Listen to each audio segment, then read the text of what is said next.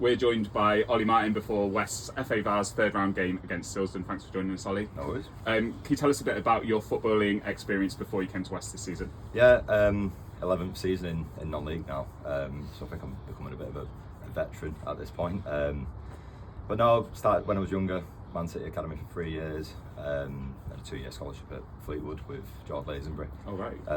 So yeah, fairly basic, like growing up with football. Left there, dropped into non-league. Did a little stint out in Sweden, like right early days when I was 19. But that was a good experience. Yeah, it was good. It was a little bit warmer than it is today, but we're all right with it. Yeah. Then sort of looked to establish myself as a number one back in England. So I was at New Mills for 2 years, where I first played against West, to be fair. Left there, went up to Mosley, because I would just love freezing cold places at this point. Where I stayed for a season, joined Radcliffe for 2 years after that. Fairly successful there, won the playoffs, went up into step 3 with them, so that was good. And then sort of bounced around a little bit since then, mainly like Ramsbottom, Ashton United, City Liverpool, and then last couple of years been at Witten Albion before joining West. When we signed you, Paul Marshall said that you turned down offers to play at a higher level. Was that true? Yeah. You know, at the end of the day, I've known about West for years, and like Ben Wharton actually rang me like towards the end of last season, seeing what my plans were, and straight away as soon as he mentioned West, I was like, yeah, let's go for it. And why was that? Why? To be fair, like it's a funny story. Me and Ben were obviously at Radcliffe together. Yeah. And we were in the car going back, and I think one of the lads he was looking at places around in Didsbury, and we were saying, it'd be class to go and play for like West Didsbury, like in a few years or whatever. Because we all live like 20 minutes away. Yeah. Like we go out in Didsbury all the time, 1,000 fans at the game every week. Like, you know, what's not to love about it? Yeah, that was kind of just from seeing the fan base and kind of people walking around in West merchandise and stuff like that. Literally. Yeah. You know, I've known people who play for West over the years and all that, and they've always sung the praises with it. So here we are. Excellent. And kind of has your experience with the club kind of lived up to what you were hoping back then? 100%. Like, you know, the fan interaction is class. Like that was a big part of why I come to the club at the end of the day. Like the season as well is, you know, it's good. Like we've got a great group in there. Everyone behind the scenes at the club is really good, really nice. So yeah. And how would you kind of rate your season personally? If like you were going to give yourself a score out of 10, kind of what would you be giving yourself? I'll never ever say I'm a 10 out of 10. I'd probably say 7 or 8, but there's still a lot more to come for me. I spent basically half of last season out, injured, so I'm sort of getting over that a little bit. But yeah, you know, I'm looking to push on now. And when you signed, Paul Marshall said in his quote that he thinks you could be arguably the best goalkeeper in the division. Would you I know you're saying you don't think you're a 10 out of 10, but would you kind of go along with that? It depends who's arguing, really. But to be fair, there's a lot of good keepers like in the league. The North West County is really competitive, like, and the standard of players even at West, like, shows that. For me, the one who stands out, who shouldn't really be playing at this level, is Mitch Allen at Bury. Like, very good keeper. I've known him when he was at Radcliffe with me, and you know, I wasn't surprised when he signed there because he's a very good keeper, and he's having a good season. So yeah, I'd probably say Mitch is up there. You put yourself in the top 3, maybe. 2. Yeah, top 2. I like it. When you came to the club, you kind of were replacing Andrew Jones, AJ, who'd made 167 appearances for the club before he had an injury last season.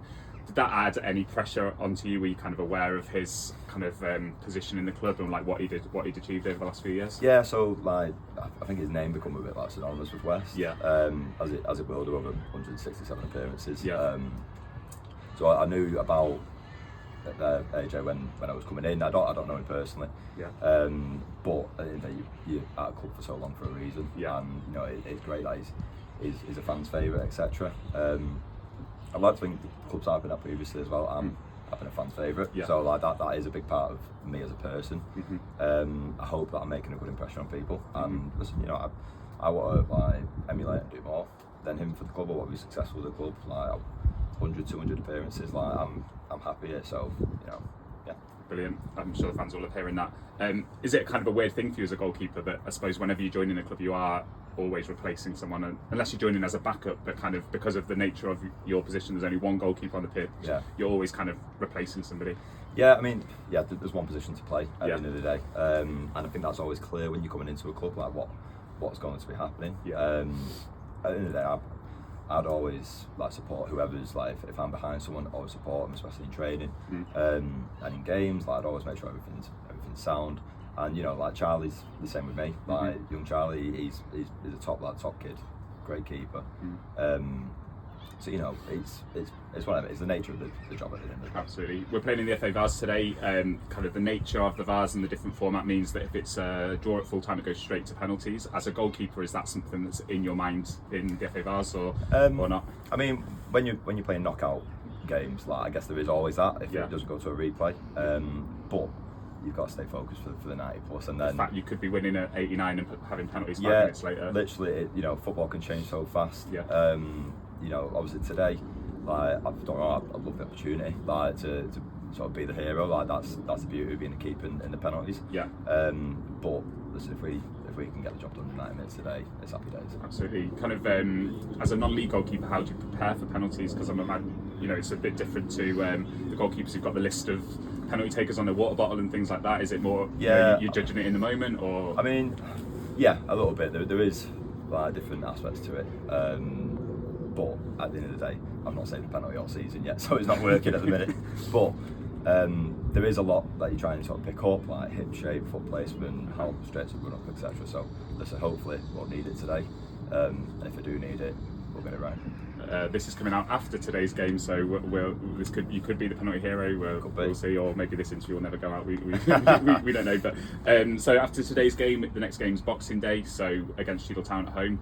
How does being a footballer affect your Christmas, having that game on Boxing Day? Is it, you know, is your mind on it over the Christmas period? Or? Yeah, like I've always been the same. Like I'm not especially on, you know, like your Christmas days, your New Year's days. I've never really been like big into getting hammered on them days because I've always had a very sort of professional outtake on football. So yeah, I'm well aware of like the Boxing Day fixtures, and especially it's a 1 o'clock kickoff this time.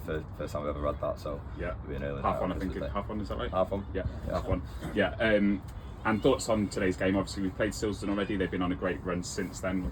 Yeah, what are your thoughts about today? Look, you know, you're not going to play the same team twice in non-league. That's the beauty of it.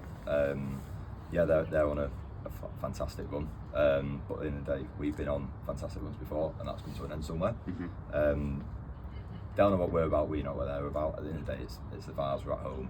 It's going to be a packed house here. So why not? I don't see why not. Hopefully. Right. Thanks for your time, mate. No Good luck worries. today. Cheers.